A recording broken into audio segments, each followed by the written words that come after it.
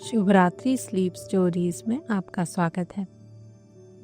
आज की कहानी है वो लिफाफा। मैं जाड़े की छुट्टियों में कॉलेज से घर आया हुआ था। एक शाम पापा किसी शादी में जा रहे थे। मुझसे पूछा गया तो मैंने भी झट से हाँ कर दी। शादी पापा के किसी सीनियर के बेटे की थी। बहरहाल किसकी शादी थी, किससे थी, इस बात में मेरी कोई दिलचस्पी नहीं थी। मतलब ये वो दौर था जब जिंदगी में नंबरों से ज्यादा मुझे खाने और माहौल की फिक्र होती थी। मैंने बढ़िया काली वाली जैकेट निकाली। 2 बार फेस वॉश से मुंह धोया। कुछ फर्क नहीं पड़ा, पर तसल्ली हो गई कि अब तैयार हो गए। जब शादी वाली जगह पे पहुंचे तो पता चला बारात ही नहीं लगी है। पापा बारात के साथ चलने लगे तो मजबूरन मुझे भी चलना पड़ा। वैसे रौनक को देखकर लग रहा था कि शादी मालदार पार्टियों में थी, लेकिन आजाद बैंड से बजता हुआ गाना सपने में मिलती है माहौल को देसी बना रहा था।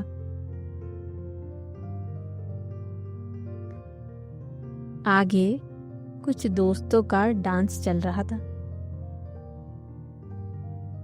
और पीछे लड़कियों का डांस इंडिया डांस। खैर, मैं बड़े लोगों के साथ साइड में चल रहा था तो आगे से एक अंकल आए और मुझे खींच कर ले गए अपने साथ। पापा भी ना मजे मजे में बोल दिए, जाओ बेटा एंजॉय करो। अब कैसे करें एंजॉय, किसी को भी तो नहीं जानते थे। मजबूरन थोड़ा बहुत डांस किया मैंने, पर हिचक होने लगी तो थोड़ी देर बाद धीरे से निकल गया। मुझे लगा पीछे जाने से अच्छा आगे जाना है, तो मैं बारात में सबसे आगे चलने लगा। मानो बैंड वाले को भी मेरा स्टाइल पसंद आया हो। थोड़ी देर में बारात जगह पर पहुंच गई। इधर डांस चालू ही था तो मैंने सोचा अब क्या ही वेट करें, अंदर ही चलते हैं। जैसे ही मैं घुसा, एक अंकल ने माला पहना दी, गले मिले और एक लिफाफा थमा दिया। सब हमको बाराती समझ रहे थे और यहाँ हमको दूल्हे का नाम भी नहीं पता था। खैर, घुसते ही मैं काम पर लग गया। एक नजर माहौल का जायजा लिया और फिर प्लेट में मैंने स्टार्टर्स भरे और भरता ही रहा। यहाँ बहुत ठंड थी, मतलब ठंड के मारे मैं मफलर लगाने का सोच रहा था। फिर लगा कि सब देखेंगे, क्या सोचेंगे, तो मैंने भी किसी तरह कंट्रोल किया था। उधर जयमाल चालू था और इधर पालक के कबाब। खैर, 1-2 राउंड खाने के बाद ध्यान आया कि अंकल ने लिफाफा भी तो दिया था। जरा देखा तो जाए क्या है उसमें। एक कोने में जाके धीरे से निकाला और उसे जैसे ही खोला होश उड़ गए। 1000 रुपए थे अंदर। एकदम से लगा मानो बच्चन साहब चिल्ला रहे हों और आप बन गए करोड़पति। यकीन ही नहीं हुआ एक पल के लिए। मतलब मेरे रिश्तेदारों में जो शादियां होती थी उसमें बच्चों को 11 रुपए मिलते थे, कुछ तो वो भी नहीं देते थे। मैं खुश हो गया, शायद बहुत खुश। कॉलेज की फकीरी में ऐसे पैसे बड़े काम आते थे। मैंने उस लिफाफे को जैकेट की जेब में डाल दिया और मन ही मन सोचने लगा, बैटमैन वाली टी शर्ट लूं या डोमिनोज का बड़ा वाला पिज्जा खाऊं। खैर, हमेशा की तरह मैंने मेन कोर्स के लिए जगह नहीं बचाई थी, तो सीधे डेजर्ट्स पर गया। जलेबी वाले रास्ते पर पापा भी दिख गए, तो मैंने उनसे पूछा कब चलेंगे वापस। उन्हें और मम्मी को अब रिश्तेदारी निभानी थी, तो मैंने सोचा अकेले ही निकल जाता हूँ। क्या ही करूँगा, अब जब पेट भर ही गया है। तो मम्मी से घर की चाबी ली और लग गया बाहर ऑटो रोकने। रात के 10:30 बज रहे थे और भयंकर ठंड हो रही थी। कोई रुक ही नहीं रहा था। बहुत देर इंतजार करने के बाद एक ऑटो मिला। वो भी क्या बताएं। ऑटो वाला देखने में काफी बूढ़ा था। उसकी दाढ़ी लगभग पूरी सफेद हो चुकी थी और उसके चेहरे पे उसके साइज से बड़ा चश्मा था। वो ठंड में खुद ही इतना कांप रहा था, मुझे लगा मुझे कैसे लेकर जाएगा। मैंने फटाफट बात तय की। उसने थोड़ा ज्यादा बोला तो मैंने मिडिल क्लास पना दिखाते हुए 20 रुपए कम करवा लिए। वो बहुत धीरे चला रहा था। मैंने पूछा, क्या उम्र है चाचा आपकी? उसे शायद सुनाई नहीं पड़ा। उसने कहा, मजबूरी है बस। खैर, किसे मतलब था। मैं वापस अपने बारे में सोचने लगा और वो बैटमैन वाली टी शर्ट फाइनल कर ली। थोड़ी देर में घर आ गया। मैंने पैसे दिए उसे। उसने कांपते हाथ से लिए और चश्मा सेट करके धीरे धीरे गिनने लगा। मैंने पूछा, सही है ना चाचा? उसने धीरे से कहा, 20 रुपए और मिलेंगे क्या? मैंने मना कर दिया। मैंने अब घर का दरवाजा खोला, लाइट ऑन की जैकेट की जेब में हाथ डाला और होश उड़ गए। तब पता चला कि वो लिफाफा कहीं खो गया। मैंने बाहर निकल कर देखा, दीवान के नीचे देखा, 4 बार कपड़े चेक किए, कहीं नहीं मिला। बच्चन साहब जैसे फिर से बोले, और आज का खेल यहीं समाप्त होता है। 1 मिनट में पूरा दिन ही बदल गया। वो तो अच्छा है मम्मी को नहीं बताया था, नहीं तो उनसे डांट अलग से पड़ती। नींद नहीं आ रही थी,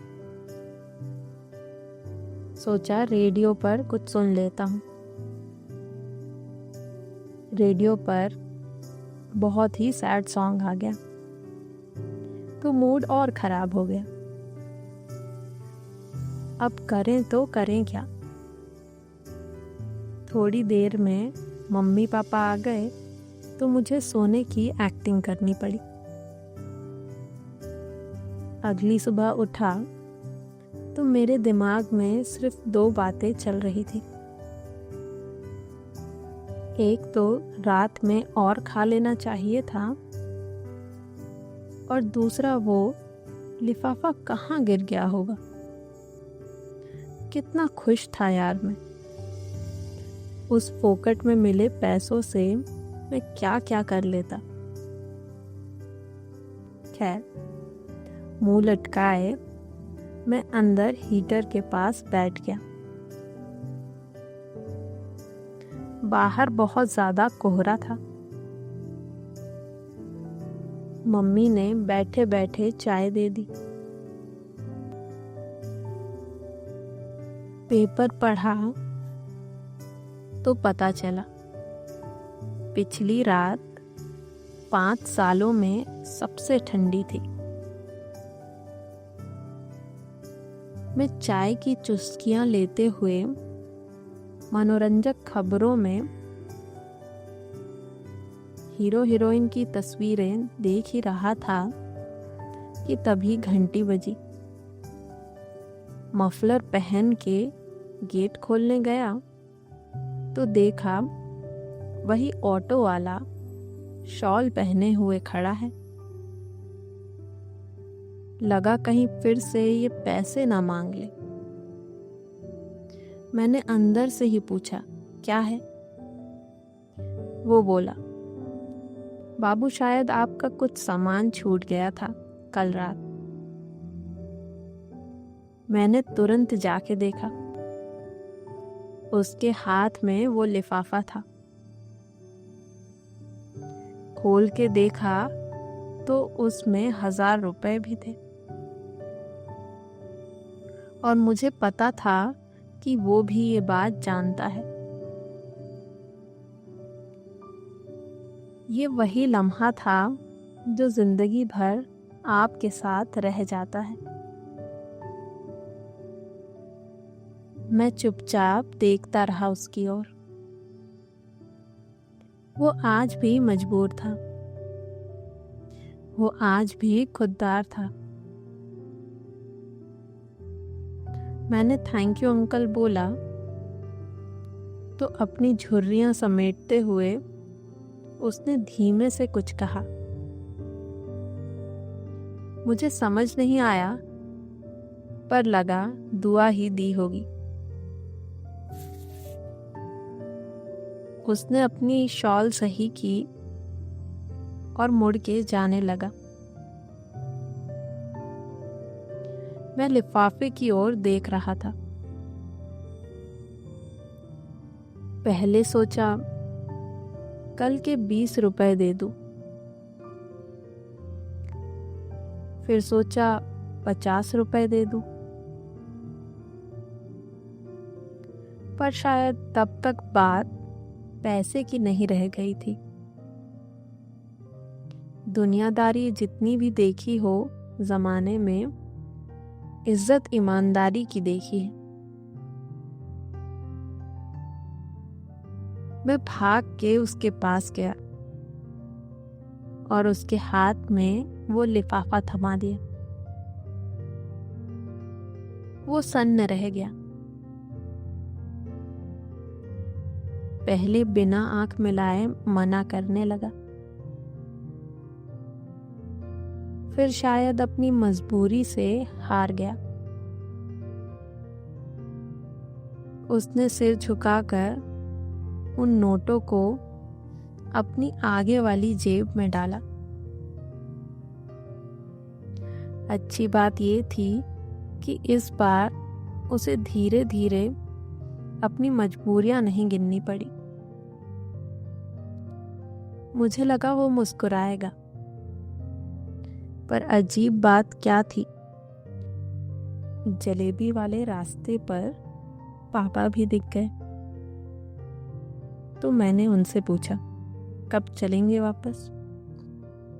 उन्हें और मम्मी को अब रिश्तेदारी निभानी थी, तो मैंने सोचा अकेले ही निकल जाता हूँ। क्या ही करूँगा, अब जब पेट भर ही गया है।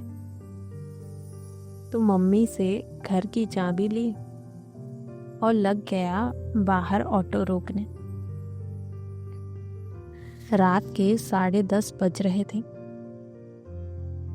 और भयंकर ठंड हो रही थी। कोई रुक ही नहीं रहा था। बहुत देर इंतजार करने के बाद एक ऑटो मिला। वो भी क्या बताएं। ऑटो वाला देखने में काफी बूढ़ा था। उसकी दाढ़ी लगभग पूरी सफेद हो चुकी थी और उसके चेहरे पे उसके साइज से बड़ा चश्मा था। वो ठंड में खुद ही इतना कांप रहा था, मुझे लगा मुझे कैसे लेकर जाएगा। मैंने फटाफट बाट तय की। उसने थोड़ा ज्यादा बोला तो मैंने मिडिल क्लास पना दिखाते हुए 20 रुपए कम करवा लिए। वो बहुत धीरे चला रहा था। मैंने पूछा, क्या उम्र है चाचा आपकी? उसे शायद सुनाई नहीं पड़ा। उसने कहा, मजबूरी है बस। खैर, किसे मतलब था। मैं वापस अपने बारे में सोचने लगा और वो बैटमैन वाली टी शर्ट फाइनल कर ली। थोड़ी देर में घर आ गया। मैंने पैसे दिए उसे। उसने कांपते हाथ से लिए और चश्मा सेट करके धीरे धीरे गिनने लगा। मैंने पूछा, सही है ना चाचा? उसने धीरे से कहा, 20 रुपए और मिलेंगे क्या? मैंने मना कर दिया। मैंने अब घर का दरवाजा खोला, लाइट ऑन की, जैकेट की जेब में हाथ डाला और होश उड़ गए। तब पता चला कि वो लिफाफा कहीं खो गया। मैंने बाहर निकल कर देखा, दीवान के नीचे देखा, 4 बार कपड़े चेक किए, कहीं नहीं मिला। बच्चन साहब जैसे फिर से बोले, और आज का खेल यहीं समाप्त होता है। 1 मिनट में पूरा दिन ही बदल गया। वो तो अच्छा है मम्मी को नहीं बताया था, नहीं तो उनसे डांट अलग से पड़ती। नींद नहीं आ रही थी। सोचा रेडियो पर कुछ सुन लेता हूँ। रेडियो पर बहुत ही सैड सॉन्ग आ गया तो मूड और खराब हो गया। अब करें तो करें क्या। थोड़ी देर में मम्मी पापा आ गए तो मुझे सोने की एक्टिंग करनी पड़ी। अगली सुबह उठा तो मेरे दिमाग में सिर्फ 2 बातें चल रही थी। एक तो रात में और खा लेना चाहिए था, और दूसरा वो लिफाफा कहाँ गिर गया होगा। कितना खुश था यार मैं। उस फोकट में मिले पैसों से मैं क्या क्या कर लेता। खैर, मुंह लटकाए मैं अंदर हीटर के पास बैठ गया। बाहर बहुत ज्यादा कोहरा था। मम्मी ने बैठे बैठे चाय दे दी। पेपर पढ़ा तो पता चला पिछली रात 5 सालों में सबसे ठंडी थी। मैं चाय की चुस्कियां लेते हुए मनोरंजक खबरों में हीरो हीरोइन की तस्वीरें देख ही रहा था कि तभी घंटी बजी। मफलर पहन के गेट खोलने गया तो देखा वही ऑटो वाला शॉल पहने हुए खड़ा है। लगा कहीं फिर से ये पैसे ना मांग ले। मैंने अंदर से ही पूछा, क्या है? वो बोला, बाबू शायद आपका कुछ सामान छूट गया था कल रात। मैंने तुरंत जाके देखा। उसके हाथ में वो लिफाफा था। खोल के देखा तो उसमें 1000 रुपए भी थे, और मुझे पता था कि वो भी ये बात जानता है। ये वही लम्हा था जो जिंदगी भर आपके साथ रह जाता है। मैं चुपचाप देखता रहा उसकी ओर। वो आज भी मजबूर था। वो आज भी खुददार था। मैंने थैंक यू अंकल बोला तो अपनी झुर्रियां समेटते हुए उसने धीमे से कुछ कहा। मुझे समझ नहीं आया, पर लगा दुआ ही दी होगी। उसने अपनी शॉल सही की और मुड़ के जाने लगा। मैं लिफाफे की ओर देख रहा था। पहले सोचा कल के 20 रुपए दे दूं। फिर सोचा 50 रुपए दे दूं। पर शायद तब तक बात पैसे की नहीं रह गई थी। दुनियादारी जितनी भी देखी हो जमाने में, इज्जत ईमानदारी की देखी है। मैं भाग के उसके पास गया और उसके हाथ में वो लिफाफा थमा दिया। वो सन्न रह गया। पहले बिना आंख मिलाए मना करने लगा, फिर शायद अपनी मजबूरी से हार गया। उसने सिर झुकाकर उन नोटों को अपनी आगे वाली जेब में डाला। अच्छी बात ये थी कि इस बार उसे धीरे धीरे अपनी मजबूरियां नहीं गिननी पड़ी।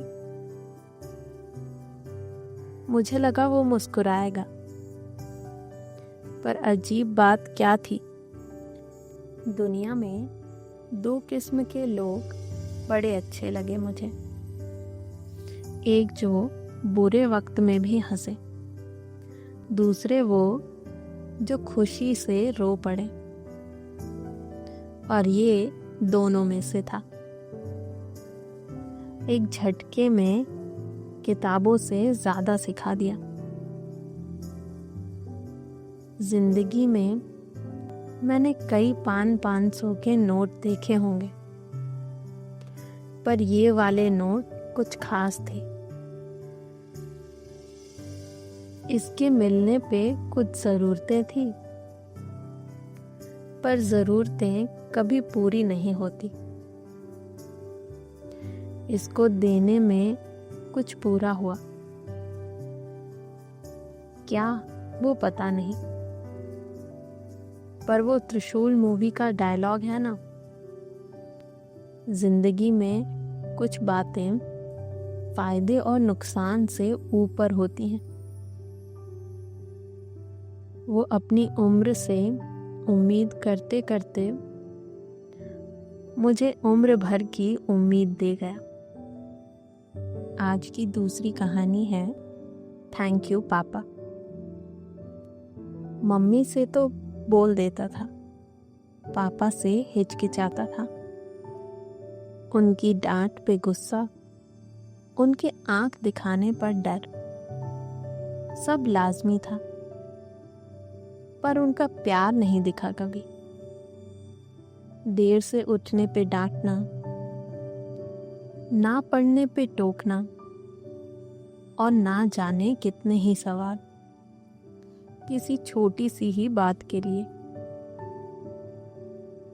वैसे ऐसा नहीं है कि मम्मी ने नहीं डांटा होगा, कभी कभी मारा भी होगा,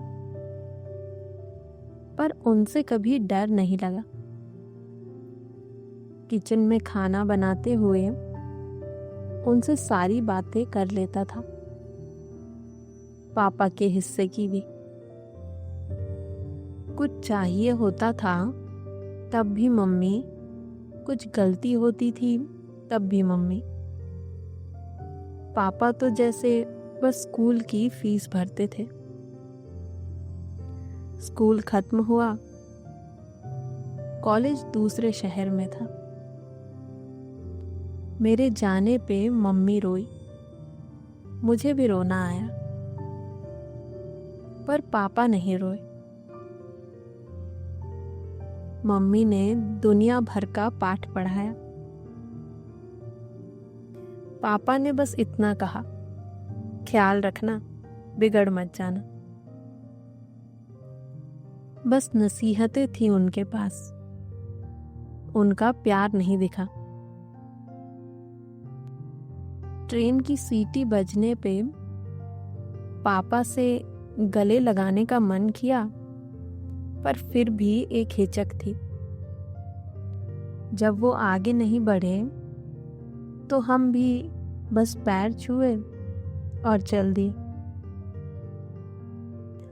मम्मी से फोन पर हर दिन बात हो जाती थी, पापा से हफ्ते में एक बार। मम्मी बहुत कुछ पूछती थी,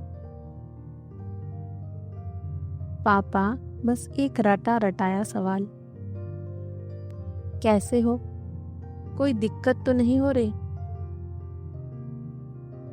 कभी कभी पापा हॉस्टल भी आ जाते थे, शायद ये देखने के लिए कहीं मैं सच में बिगड़ा तो नहीं। पापा ने नया लैपटॉप भी दिलवाया, पर उनका प्यार नहीं दिखा कभी।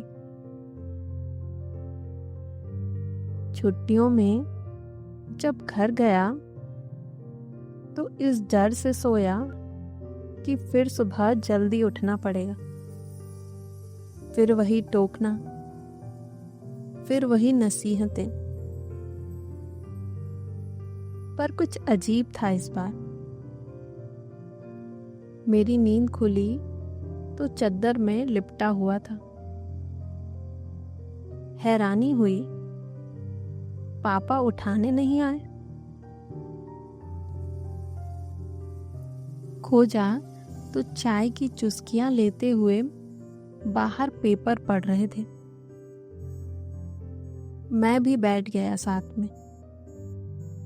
इंतजार कर रहा था उनके रटे रटाए सवाल का, पर उन्होंने पूछा ही नहीं। थोड़ी बहुत बात हुई, पर अजीब सा रहा सब कुछ। छुट्टियां खत्म हुई। स्टेशन पर फिर वो छोड़ने आए।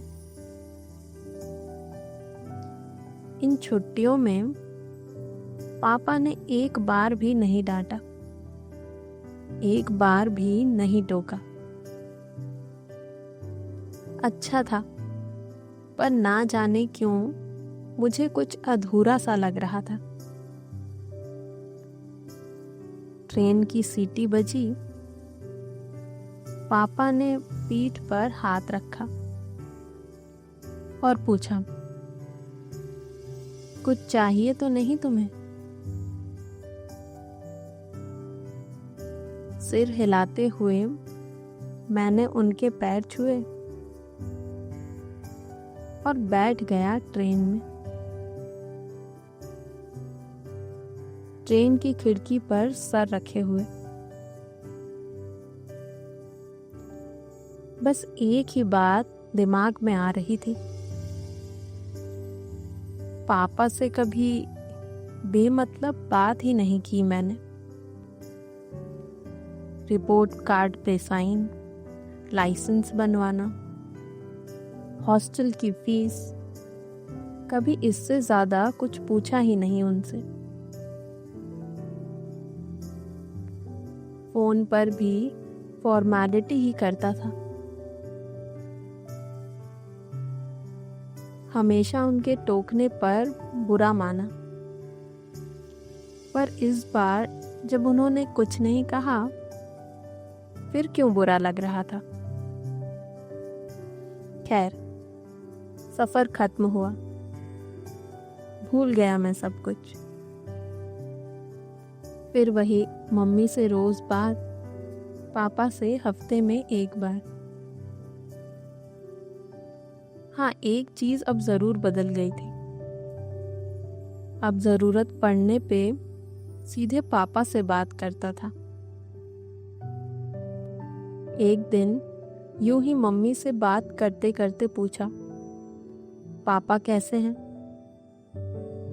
उन्होंने कहा, थोड़ी तबीयत खराब है। मैंने घबरा कर कहा, कब से, क्या हुआ? मम्मी, हल्का बुखार है, एक हफ्ते से, अभी ठीक है। मैं, आपने बताया क्यों नहीं? मम्मी, तुमने उन्हें एक बार भी फोन नहीं लगाया पिछले एक हफ्ते में? मैं, हाँ लगाया था, पूछा भी था कैसे हैं वो। उन्होंने कहा ठीक है।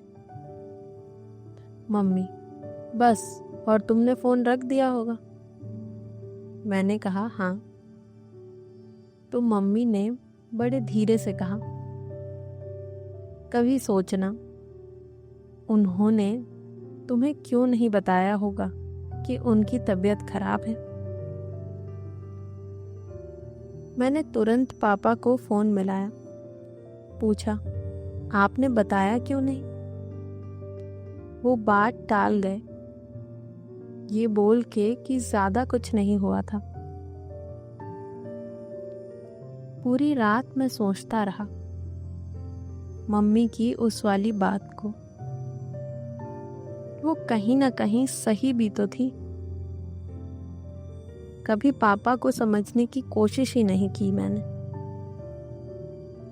कभी खुल के बात भी नहीं की उनसे। बस अपनी जरूरतें, अपनी बातें। उनके हिस्से की बात तो रह ही गई। हमेशा उनका प्यार देखने की कोशिश की, कभी समझने की नहीं।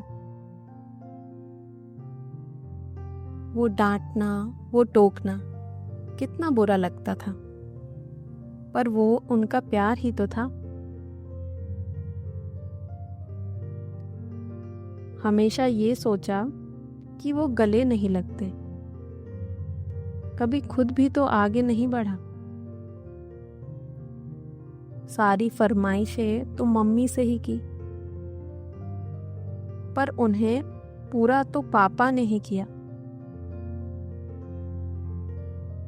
मैंने अगली ट्रेन पकड़ी और घर चला गया। पापा ठीक थे। क्लास छोड़ने पर डांट भी पड़ी, पर इस बार अच्छा लगा। उन्होंने पूछा, "यू एकदम से आ गए?"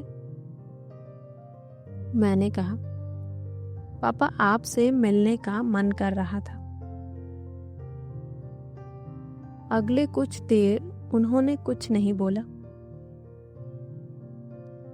पर यकीन मानिए उनकी आंखों में एक चमक आ गई। उनसे खूब सारी बातें की, कुछ काम की, कुछ जबरदस्ती। वो सारा प्यार जो आज तक नहीं दिखा था, सब दिखने लगा। इस बार जब वो फिर से स्टेशन छोड़ने आए तो मैंने कहा, "आपको जब भी ज़रूरत लगे तुरंत बताइएगा, मैं आ जाऊंगा।" वे मुस्कुरा कर बोले, "पढ़ाई पर ध्यान दे।" ट्रेन की सीटी बजी और बिना देर किए मैं पापा के गले लग गया। मम्मी से तो पहले रोज ही बात हो जाती थी, अब पापा से भी होने लगी। आज भी जब ऑफिस की जद्दोजहद में समझदारी थक जाती है तो घर चला जाता हूँ। वो पूछते हैं, "यू एकदम से आ गए?" मैं कहता हूँ, "बस आपसे मिलने का मन कर रहा था।" तीसरी कहानी, भविष्य। एक बार एक गांव में गांव वाले मिट्टी की छतों वाले झोपड़े में रहते थे। सिर्फ एक सीमेंट की बनी पवित्र बिल्डिंग थी पूरे गांव में। उस पवित्र बिल्डिंग में एक पादरी रहते थे, जिन्हें गांव वाले भगवान का रूप मानते थे और उनकी बहुत इज्जत करते थे और उन पर भरोसा करते थे। एक बार बहुत तेज बिजली कड़की और एक एक करके गांव के सारे मिट्टी के झोपड़े जल गए। सब शरण लेने उस पवित्र बिल्डिंग की ओर भागे। सब गांव वाले परेशान थे कि एक ही पल में उनकी किस्मत कैसे पलट गई और अब क्या होगा। उन्होंने पादरी से इसका कारण पूछा। पादरी ने कहा, "ये इसलिए हुआ है क्योंकि हमारे बीच में कोई है जो बुरी किस्मत लेकर आया है, जिसके गलत कामों और बुरी आत्मा ने पूरे गांव की किस्मत को ग्रहण लगा दिया है।" गांव वालों ने पूछा, "ऐसा कौन हो सकता है?" पादरी ने जवाब दिया, "उस बदनसीब को जानने का केवल एक ही तरीका है कि हम सब इस पवित्र बिल्डिंग से बाहर चलते हैं। एक एक करके बरामदे में खड़े होते हैं। जिसकी भी बुरी किस्मत से यह प्रलय आया है, उस पर खुद ही बिजली गिर जाएगी। वो जलकर खाक हो जाएगा और बाकी सब सुरक्षित इस पवित्र बिल्डिंग में रह जाएंगे।" पादरी की सलाह पर गांव वाले एक एक करके पवित्र बिल्डिंग से बाहर आते गए और बरामदे में खड़े होते गए। अंत में केवल 2 लोग बचे थे, एक पादरी और एक गरीब बच्चा। अब पादरी भी बरामदे में आकर खड़े हो गए, मगर उन पर भी बिजली नहीं गिरी। लोगों ने देखा कि अब केवल वो बच्चा बच गया है, तो वे उसे ही इस सब के लिए दोषी ठहराने लगे और बुरा भला कहने लगे। अब उस बेचारे बच्चे को बरामदे में खड़े होने के लिए भेज दिया गया। सब इंतजार कर रहे थे कि उसके ऊपर बिजली गिरेगी और बाकी सब बच जाएंगे। बिजली गिरी, मगर पवित्र बिल्डिंग पर। सारे गांव वाले जलकर राख हो गए, पादरी भी। सिर्फ वो बच्चा रह गया जो बरामदे में खड़ा था। इसका मतलब ये हुआ कि वह गरीब बच्चा ही था जो अच्छी किस्मत लेकर आया था, जिसकी वजह से पवित्र बिल्डिंग में खड़े सभी लोगों की जान बची हुई थी।